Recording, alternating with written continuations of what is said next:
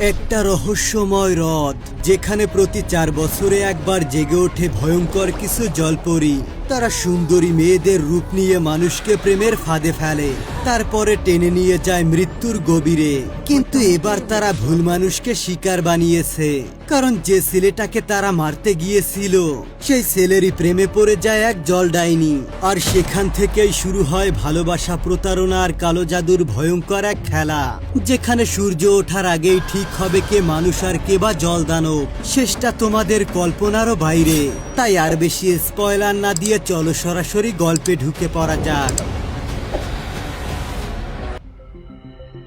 তো গল্পটা শুরু হয় রাশিয়ার প্রাচীন এক গভীর জঙ্গল থেকে, যার মাঝখানে লুকিয়ে আছে এক রহস্যময় ভয়ঙ্কর হ্রদ। রাত নামতেই সেই হ্রদের কালো পানির ভেতর থেকে ধীরে ধীরে উঠে আসে কিছু জলপরী, আর তাদের সঙ্গে উঠে আসে 3টি ভয়ঙ্কর শয়তান জলপরী। এরপর চারপাশে কুয়াশা ছড়িয়ে পড়ে এবং সেই সঙ্গে সঙ্গে বাতাসও ভারী হয়ে ওঠে।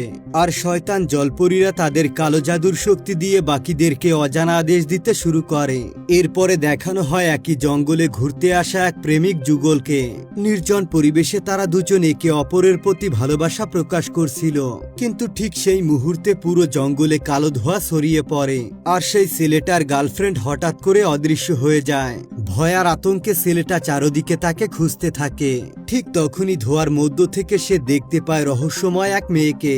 এই মেয়েটির চোখে ছিল অদ্ভুত এক মায়া। তার দিকে তাকালে এই মানুষ নিজের উপর নিয়ন্ত্রণ হারিয়ে ফেলে। সে ইশারা করে ছেলেটিকে নিজের পেছনে আসতে বলে।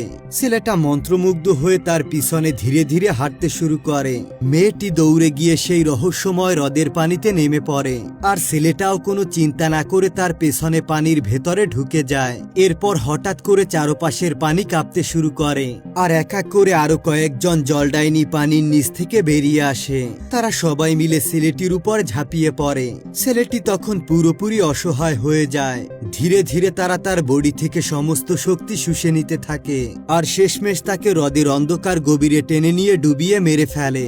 অন্যদিকে কয়েকজন জলডাইনি ছেলেটার গার্লফ্রেন্ডকে ঘিরে ধরে আর বলে, তুমিও তোমার প্রেমিকের মতো স্বার্থপর এবং মিথ্যেবাদী, আর আমাদের ঠিক এমন মানুষেরই শক্তির প্রয়োজন। যাই হোক, এমনই একটা রহস্যময় সিনের মধ্য দিয়ে গল্পটি এখানেই কাট হয়। এরপর দেখা যায় কয়েকটি গাড়ি এসে থামে সেই জঙ্গলের কাছে, আর দেখা যায় সেখানে ছিল একজন সায়েন্সের প্রফেসর আর তার কয়েকজন স্টুডেন্ট। প্রফেসর সবাইকে বলে এই জঙ্গলটা খুবই প্রাচীন, বহু পুরনো সভ্যতার চিহ্ন এখানে পাওয়া গিয়েছে। আমরা যেহেতু বৃক্ষবিদ্যা নিয়ে গবেষণা করছি, তাই এখান থেকে অনেক অদ্ভুত ধরনের তথ্য পাওয়া যেতে পারে। তবে জঙ্গলে ঢোকার আগে